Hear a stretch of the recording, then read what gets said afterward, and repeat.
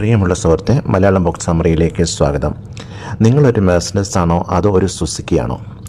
Choose or B chosen എന്ന പുസ്തകത്തിൻ്റെ രചയിതാവ് തൻ്റെ പുസ്തകത്തെക്കുറിച്ചുള്ള പോസ്റ്റിൽ ഇങ്ങനെയാണ് സംഭാവന ചെയ്തിട്ടുള്ളത്. പ്രത്യേകിച്ച് ജോലി അന്വേഷിക്കുന്ന യുവാക്കൾക്ക് അഭിമുഖങ്ങൾക്കുമായിട്ട് ഒരു ലേഖനമാണ് അദ്ദേഹം തയ്യാറാക്കിയിരിക്കുന്നത്.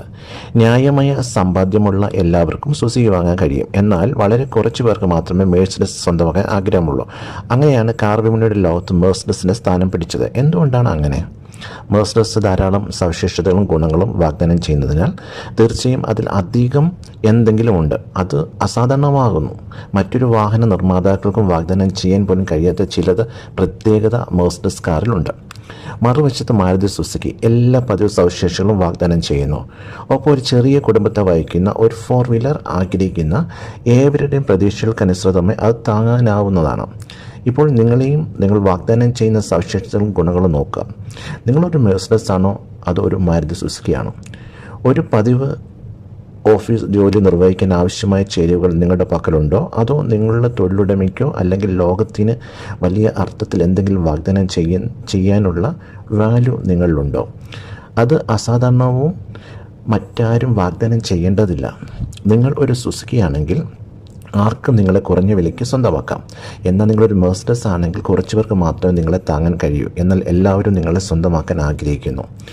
പുസ്തകം ചൂസ് ഓർ ബി ചൂസൻ സുസുക്കിയുടെ മൂല്യം താഴ്ത്താതെ നിങ്ങളെ പ്രചോദിപ്പിക്കാൻ ശ്രമിക്കുകയും ഒരു മെർസിഡസ് ആകുന്നതിന് തൊഴിൽ വിപണിയിൽ നിങ്ങൾക്കുള്ള ശരിയായ മൂല്യം നേടുന്നതിനുമുള്ള പ്രായോഗിക നുറുങ്ങളാണ് നൽകുകയും ചെയ്യുന്നത്. തൊഴിൽ വിപണിയിൽ പ്രവേശിക്കുന്ന വർഷങ്ങളായി ആയിരക്കണക്കിന് ഇൻ്റർവ്യൂ സെക്ഷനുകളിൽ തങ്ങൾക്ക് വളരെ മാന്യമായ ഒരു സ്ഥാനം നേടാൻ കഴിയുമായിരുന്നു. എന്നാൽ അതിന് സാധിക്കാത്ത ഉദ്യോഗാർത്ഥികളെ രചയിതാവ് കണ്ടുമുട്ടി. അഭിമുഖങ്ങൾക്കിടയിൽ തങ്ങൾക്കുണ്ടായിരുന്ന സവിശേഷതകളും ഗുണങ്ങളും സൃഷ്ടിക്കാനും അവതരിപ്പിക്കാനുമുള്ള അവരുടെ കഴിവില്ലായ്മയാണ് ഇതിന് കാരണം. ഇൻ്റർവ്യൂ ചെയ്യുന്നവരിൽ ഭൂരിഭാഗവും ജോലി നേടാനുള്ള വ്യഗ്രതയിലാണ് വരുന്നത്. ആ നിരാശ ജോലി കെടുക്കാനുള്ള ഒരു അവസരത്തെ മാത്രമല്ല, അവരുടെ യാഥാർത്ഥ മൂല്യത്തെയും എത്രത്തോളം ദോഷകരമായി നശിപ്പിക്കുന്നു എന്നറിയാതെ വർഷങ്ങളായി സൗജന്യ പക്ഷപാതം അല്ലെങ്കിൽ അഭിമുഖം നടത്താൻ എന്ന ആളുടെ അനുകൂല പരാമർശം എന്ന ഒരു ജനപ്രിയ വാക്കിനെക്കുറിച്ച് പലരും അഭിപ്രായങ്ങൾ യോധരെ കണ്ടിട്ടുണ്ട്. ഉദ്യോഗാർത്ഥികളും യുവ ബിരുദധാരികളും യോഗ്യരായ നിരവധി പ്രൊഫഷണലുകളും സഫാരിഷില്ലാതെ തങ്ങൾക്ക് ജോലി ലഭിക്കില്ലെന്ന് വിശ്വസിക്കുന്നു. ഈ പുസ്തകത്തിൻ്റെ രചയിതാവിൻ്റെ ഉത്തരം വളരെ ലളിതമാണ്. കഴുതകളും കുതിരകളും തമ്മിലൊരു വ്യത്യാസം നമുക്ക് മനസ്സിലാക്കാത്തതിനാലാണ് സഫാരിഷ് പ്രവർത്തിക്കുന്നത്. പക്ഷേ സത്യം, കഴുതകളുടെ കൂട്ടത്തിൽ ഒരു കുതിരയുണ്ടെങ്കിൽ അത് എളുപ്പത്തിൽ തിരിച്ചറിയാൻ കഴിയും. എന്നാൽ എല്ലാം കഴുതകളും ഉണ്ടെങ്കിലും പിന്നിൽ ഒരു വണ്ടി സഫാരിഷ് ഉള്ള ഒരു കഴുതയെ തൊഴിലുടമകൾ തിരഞ്ഞെടുക്കുന്നതാണ് നല്ലത്.